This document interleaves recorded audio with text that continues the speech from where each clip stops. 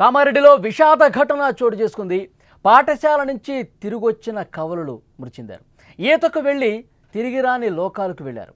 కుంటలో మునిగి ప్రాణాలు కోల్పోయారు.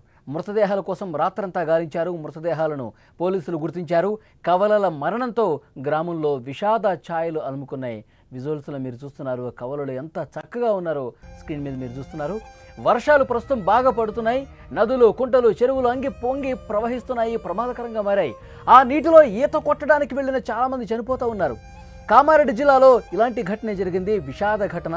కామారెడ్డి జిల్లాలోని తిమ్మక్పల్లి గ్రామంలో పాఠశాల నుంచి ఇంటికొచ్చిన కవలలు సరదాగా కుంటలో స్నానానికని వెళ్ళి తిరిగి రాని లోకాలకు వెళ్ళిపోయారు.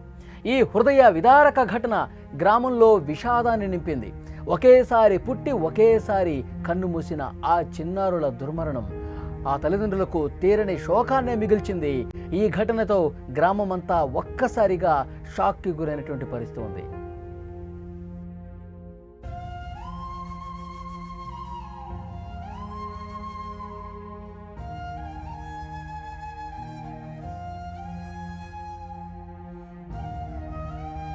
కామారెడ్డి జిల్లాలోని తిమ్మక్పల్లి గ్రామానికి చెందిన రామ్ లక్ష్మణ్ కవలడు. వీళ్ళిద్దరూ 8వ తరగతి చదువుతున్నారు. సోమవారం సాయంత్రం స్కూల్ నుంచి ఇంటికి తిరిగి వచ్చారు.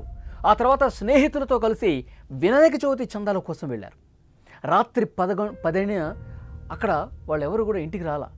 10 అవుతుంది, 11 అవుతుంది. ఇంటికి ఆ ఇద్దరు తిరిగి రాలేదు. తల్లిదండ్రులు ఆందోళన. గ్రామంలో ఉన్న స్నేహితులను అడిగారు. వారి దగ్గర కూడా కవలలు లేరని తెలిసిపోయింది. దీంతో తల్లిదండ్రులు గ్రామస్తులతో కలిసి వెతకడం మొదలుపెట్టారు. చివరకు గ్రామ శివారులో ఉన్న కుంట ఒడ్డున ఇద్దరి చెప్పులు, బట్టలు కనిపించాయి. కంగారు పడ్డారు. ఒక్కసారిగా తల్లిదండ్రులు పోలీసులకు సమాచారం అందించారు. పోలీసులు వెంటనే సంఘటనా స్థలానికి చేరుకుని గాలింపు చర్యలు చేపట్టారు. రాత్రి దాదాపు 12 గంటల ప్రాంతంలో ఒక మృతదేహాన్ని గుర్తించారు. మంగళవారం ఉదయం గాలింపు చర్యలు కొనసాగించగా 2వ కవల మృతదేహం కూడా దొరికింది. స్నానం చేయడానికి కుంటలోకి దిగి ప్రమాదవశాత్తు నీటిలో మునిగి చనిపోయి ఉంటారని పోలీసులు భావిస్తున్నారు.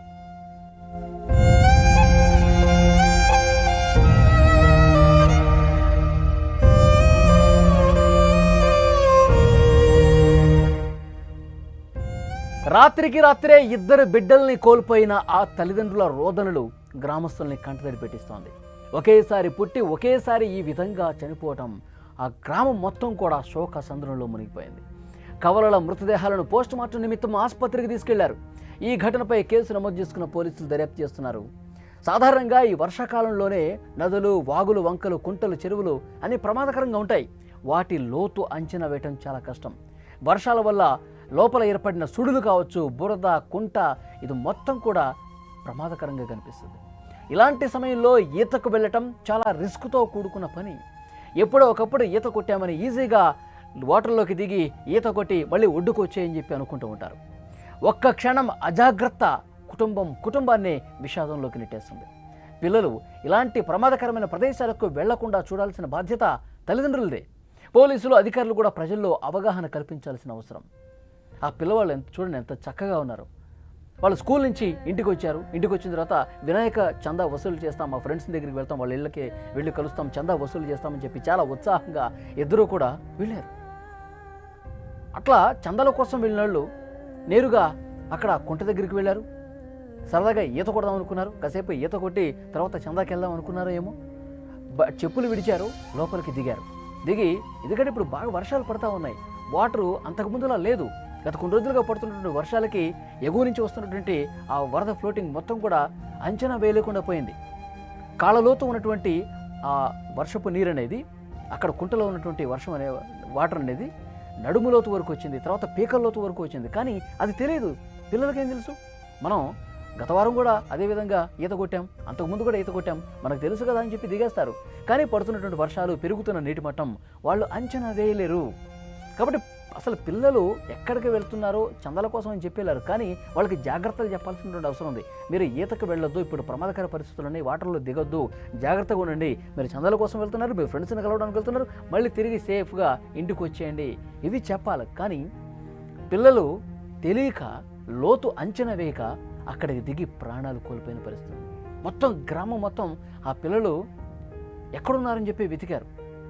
ఎందుకంటే కవలలు ఎప్పుడు చూసినా ఇద్దరు కలిసే కనిపిస్తుంటారు, కలిసి స్కూల్కి వెళ్తుంటారు, ఇంటికి వచ్చిన తర్వాత కలిసి ఆడుకుంటూ ఉంటారు. అలాంటి పిల్లలు కనిపించకపోయేసరికి గ్రామం మొత్తం కూడా ఒక్కసారిగా షాక్కు గురైంది, ఆందోళన గురైంది. అందరూ కూడా వెతకడం మొదలుపెట్టారు. రాత్రి 10-11 అవుతున్నా కానీ ఇంటికి రాలా. తర్వాత అక్కడ వెతుకుతున్న క్రమంలో ఒక గ్రామస్తుడికి అక్కడ చెప్పులు కనిపించినాయి, వాటర్లో ఏమైనా దిగారేమని చెప్పి అనుమానం వచ్చింది. వెంటనే పోలీసులకి ఫోన్ చేస్తే వాళ్ళు వచ్చారు. మొత్తం గజేతగాళ్ళని దింపి వాళ్ళు వెతికే కార్యక్రమం చేశారు. రాత్రి ఒక మృతదేహం కనిపించింది. ఇక తల్లిదండ్రులు ఎంత ఆవేదనతో ఉన్నారు. ఒకేసారి పుట్టినటువంటి కవలలు ఒకేసారి ఈ విధంగా తనువు చాలించడం, ఈతకని వెళ్ళి వాటర్లో మునిగిపోయి చనిపోవటం అనేది చాలా బాధాకరం. గ్రామం మొత్తం కూడా చాలా ఆవేదనతో ఉన్నటువంటి పరిస్థితి. అక్కడ స్థానిక అధికారులు కూడా తప్పుంది. స్థానిక అధికారులు ఈ వర్షాకాలంలో వర్షాలు పడుతున్న సమయంలో చెరువులు కావచ్చు, కుంటలు కావచ్చు, వాగులు కావచ్చు చాలా ప్రమాదకరంగా ఉంటాయి. అటువైపు ఎవరూ వెళ్లకుండా జాగ్రత్తలు తీసుకోవాలి, హెచ్చరిక బోర్డులు పెట్టాలి. ఈ వర్షాకాలంలో తప్పనిసరిగా చేయాలి. స్థానిక అధికారులు కూడా కొన్ని చర్యలు తీసుకోవాల్సిన అవసరం ఉంది. అక్కడ ప్రజలకు, పిల్లలకు నిజంగా పాఠశాలకు వెళ్ళి కూడా అధికారులు ఎడ్యుకేట్ చేయాల్సిన అవసరం ఉంది. మన ఊర్లో ఊరి చివరన చెరువు నిండి ఉంది, ఎవరు కూడా ఈతకు వెళ్ళొద్దు, పిల్లలు ఎవరు కూడా ఈతకు వెళ్ళొద్దు అని చెప్పి 1-2 సార్లు టీచర్ల చేత చెప్పించాలి. వాళ్ళే నేరుగా క్లాస్ రూమ్కి వెళ్ళి మరి చెప్పాలి. దీని మీద అవగాహన లేనటువంటి పిల్లలు సరదా కోసం ఆడుకోవటానికి 1 గంట కాలక్షేపం కోసం అలా వాటర్లో దిగి లోతుని అంచనా వేయలేక మునిగిపోయారు. ఒకళ్ళ తర్వాత ఒకళ్ళు మునిగిపోయి ఉంటారు నాకు తెలిసి. ఎందుకంటే ఆ వాటర్ లోతు అందక మునిగిపోతున్న క్రమంలో ఇంకొక కవల పిల్లవాడు తన బ్రదర్ కోసం లోపలికి దిగి కాపాడే ప్రయత్నంలో ప్రాణాలు పోగొట్టుకున్న పరిస్థితి. తిమ్మకపల్లి గ్రామం మొత్తం కూడా విషాద ఛాయలు అలుముకున్నాయి.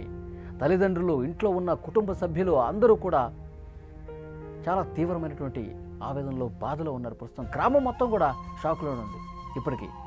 కాబట్టి తల్లిదండ్రులతో పాటు, కుటుంబ సభ్యులతో పాటు అధికార యంత్రాంగం అందరూ కూడా సరైనటువంటి అవగాహన కల్పిస్తే ఇలాంటివి జరగకుండా ఉంటాయి.